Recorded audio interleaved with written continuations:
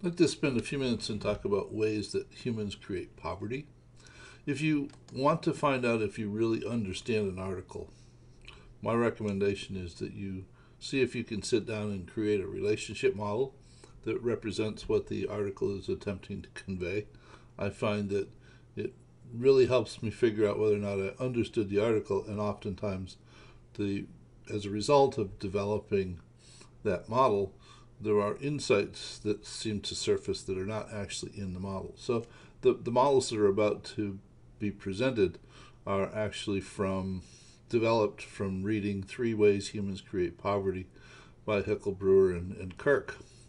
Now this is an element of the Perspectives project, and the presentation itself.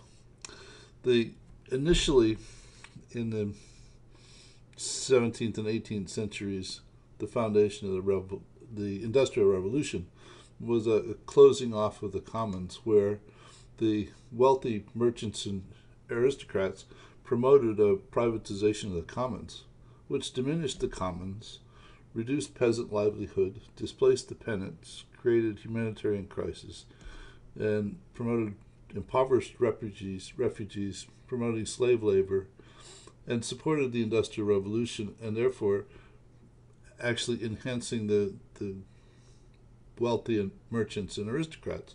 So the question might be, what did the Industrial Revolution promote poverty, or did poverty promote the Industrial Revolution?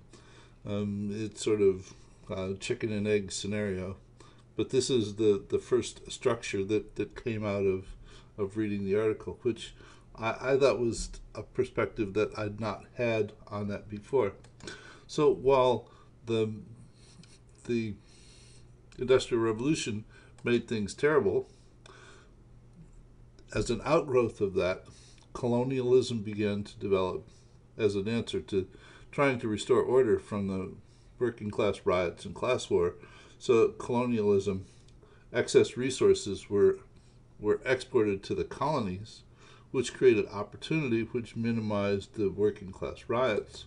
And in conjunction with that, the colonialism developed privatized commons, which dispossessed the indigenous inhabitants, which promoted more impoverished refugees, slave labor, resulted in resources to England and Europe, which increased the standard of living and minimized the working class riots. So that out of those two, the interaction, colonialism sort of moved the problem from one place to another, so that the working class riots didn't end up being, they were diminished in England and Europe. Though the difficulty created by promoting poverty and the way that one goes about it were soon forgotten. But as the new nations began to develop, as they began to experience prosperity, they went to the World Bank and the IMF to support their continued growth and development, though the IMF introduced structural programs in sort of encouraging them to remove trade tariffs, which diminished their prosperity, causing them to further rely on the IMF. And in conjunction, at the same time, the IMF encouraging them to sell public services, which diminished prosperity, which caused them to rely more on the IMF. So we end up with two reinforcing structures, both of which are actually diminishing the prosperity of countries based upon assistance, or supposed assistance, from someone that they had gone to for assistance. So the next step was the Enclosure movement, where the wealthy promoted things like NAFTA. And one of the many things that NAFTA ended up encouraging was cheap corn to Mexico, which displaced farmers, which created more poor, which encouraged sweatshop labor, which simply enhanced the wealth of the wealthy. So you have another reinforcing structure promoting poverty based upon the wealthy.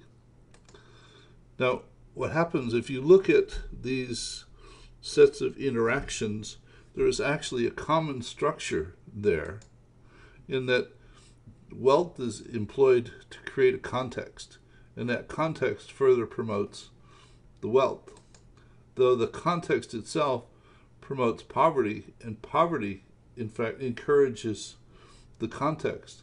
So we end up with two reinforcing structures, which actually act as a single reinforcing structure, so that you walk it from wealth to context to poverty to context to wealth, and it's a success to the successful structure. And it's the same structure. In other words, it appears in different ways in the stories presented in the initial part of this presentation, but the structure is the same, even though the details are different. And the question is that if the wealth is employed to create a context that encourages poverty, and poverty then reinforces that context, further increasing the wealth, is there a way out of this reinforcing structure other than a complete meltdown or revolution? And I don't have an answer for that, though it's something that I think we're going to have to figure out. So see you in another video soon. Bye.